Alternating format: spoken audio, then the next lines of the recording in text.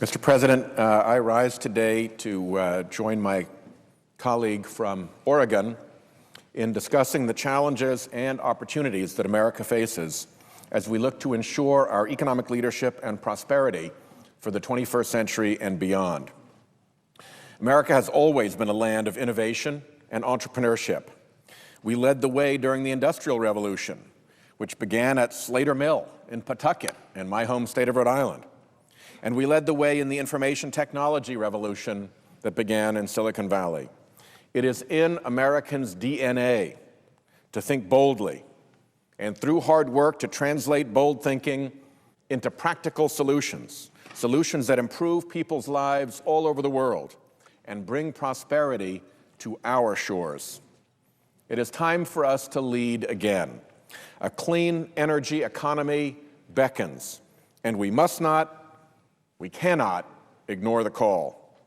Congress must act to pass clean energy legislation that will promote here at home cleaner, cheaper, renewable energy sources like wind, solar, and biofuels.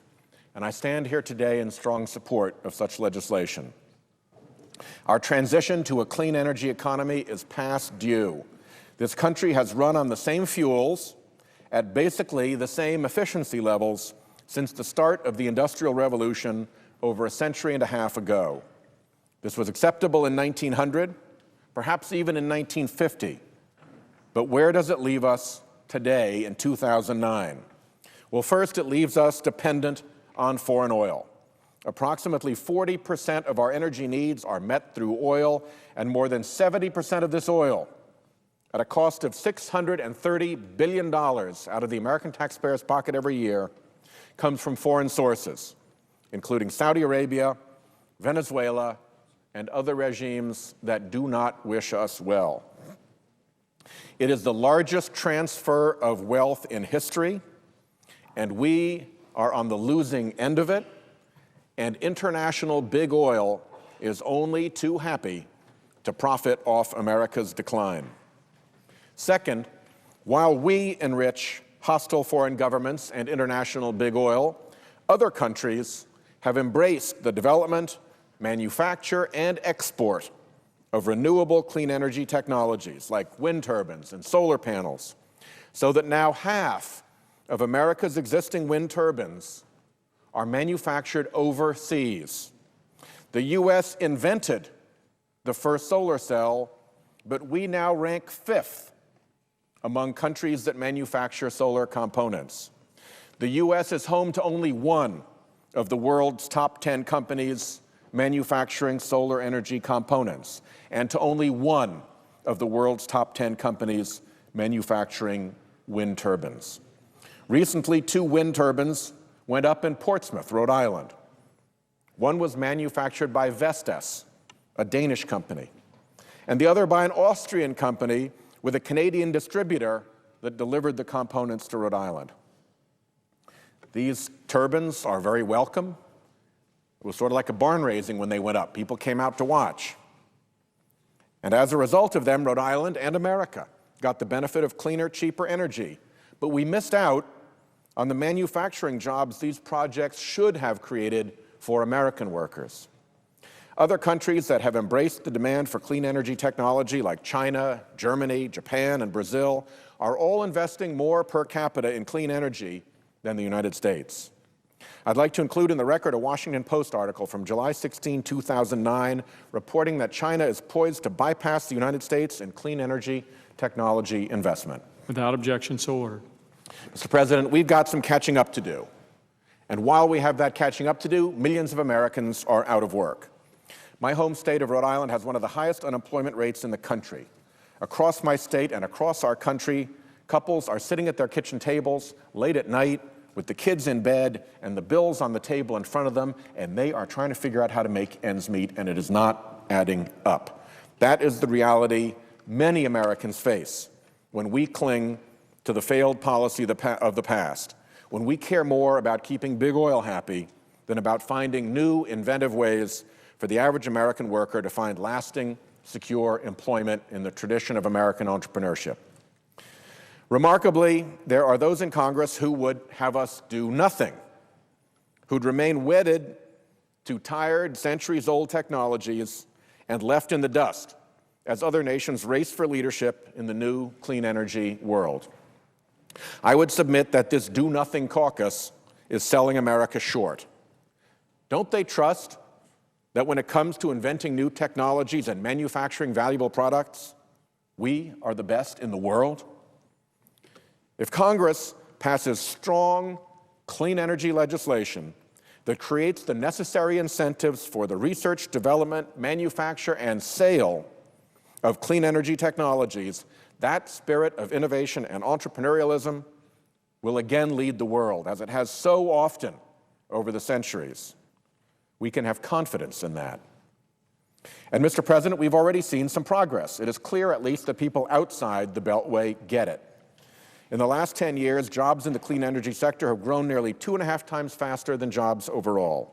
In 2006 alone, the American Solar Energy Society estimates that federal, state, and local governments spent $8.6 billion on energy efficiency, creating 64,000 direct jobs and 83,000 indirect jobs. Their investment of an additional $3.2 billion in expanding renewable energy production created nearly 7,000 direct jobs and nearly 9,000 indirect jobs. Every day in America, real people and real companies are moving into the clean energy economy. In Rhode Island, Newport Biodiesel is producing a cheaper form of home heating oil for Rhode Island families by recycling restaurant grease. Alteris Renewables is creating jobs in Rhode Island, installing solar energy systems on residential homes. I recently visited a home in Charleston, Rhode Island, where a family has a new Alteris solar energy system on their roof, and heard from them about the significant energy savings they will achieve. But this is only a fraction of the scale needed to revolutionize our economy. The American people, our researchers, entrepreneurs, and workers, from the largest, most sophisticated research institutions and corporations to our smallest local businesses, can create clean energy jobs everywhere in the United States, in urban areas as well as rural, in the Rust Belt as well as the Wheat Belt, in our deserts and on our coasts. All they need is for us in Congress to set the economic parameters correctly, to level the playing field with foreign competition, to meet the market for investment in these products.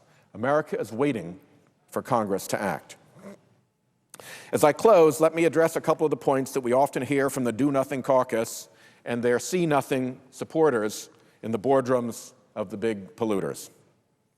First, we simply cannot drill our way toward a secure energy future.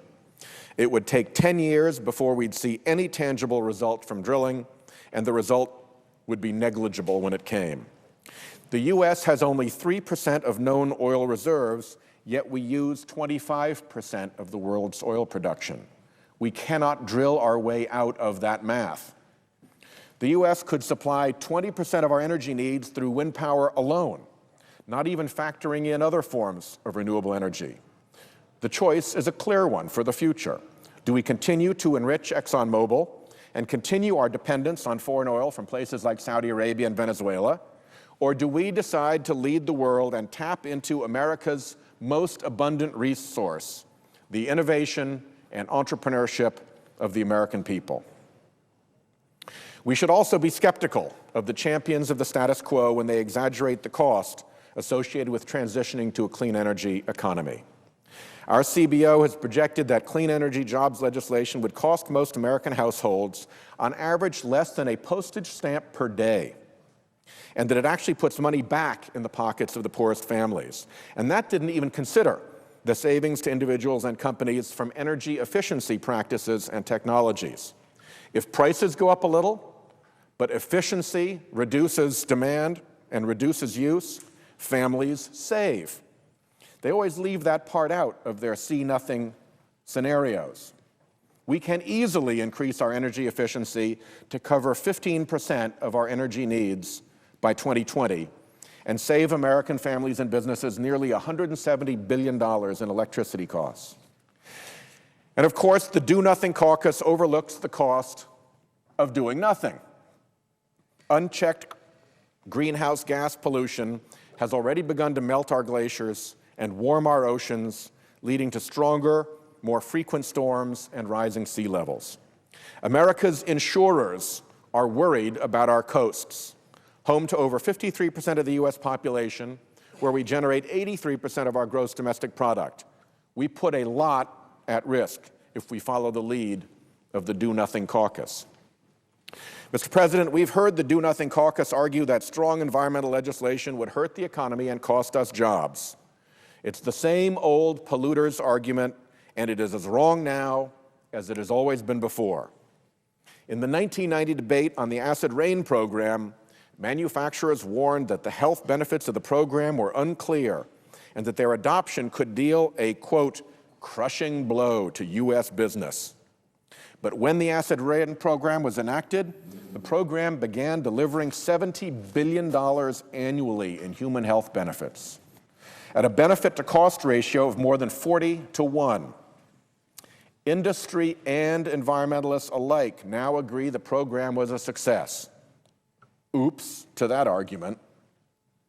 In 1995, DuPont warned the costs of phasing out ozone-depleting chemicals would exceed $135 billion and that, quote, entire industries would fold. But when the phase-out became law, compliance costs turned out to be less than 1% of the doomsday projection. DuPont made millions selling substitutes for the phased-out chemicals, and we managed to shrink the hole in the ozone layer of our Earth's atmosphere. Oops again. Mr. President, we are at a crossroad. We can step toward the clean energy economy that beckons and show the world our capacity for leadership in the world economy, as we have done time and time again. Or we can cling to the status quo, heads firmly wedged in the sand, and trade in our future for the well-being of big oil and the Saudi royal family. The right choice, I think, is clear, and I am confident we will make it. I yield the floor.